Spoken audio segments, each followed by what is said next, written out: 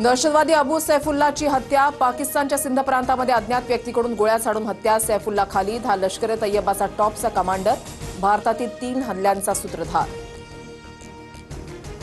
पाकिस्तानसाठी हेरगिरी केल्याच्या आरोपाखाली यूट्यूबर ज्योती मल्होत्राला अटक। ज्योती मल्होत्राला पाकमध्ये व्हीआयपी ट्रीटमेंट मिळत होती। पाकमध्ये ज्योतीला पोलीस सुरक्षाही पुरवली गेल्याची माहिती।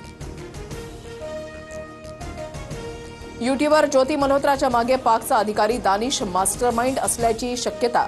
भारत पाक संघर्षावेळी ही दोघेही संपर्कात। ज्योतीच्या पाकिस्तान दौऱ्याचा खर्चही दानिशने केला। यापूर्वी संशयास्पद कृत्यामुळे भारत सरकारनं दानिशला देश सोडण्यास सांगितलं होतं। तो सूड नव्हता तर न्याय होता। भारतीय सैन्याकडून ऑपरेशन सिंदूरबाबत नवा व्हिडिओ प्रसारित। ऑपरेशन सिंदूर राबवत कशाप्रकारे दहशतवादी तळं नष्ट केली याची व्हिडिओतून माहिती। आज युद्धविराम संपणार या बातम्या पूर्णपणे चुकीच्या। भारत पाकच्या डीजीएमओंची आज कोणतीही नियोजित चर्चा नाही। 12 मे रोजी दोन्ही डीजीएमओ एकमेकांशी बोलले तो शेवटचा संवाद। भारतीय लष्कराकडून स्पष्ट। धनंजय मुंडेंनी घेतली परळीमध्ये मारहाण झालेल्या शिवराज दिवटेची भेट। कसलीही गय न करता सर्व आरोपींवर कठोर कारवाई करा। मुंडेंच्या पोलीस अधीक्षकांना सूचना। तर अजितदादांचीही लवकरच भेट घेणार।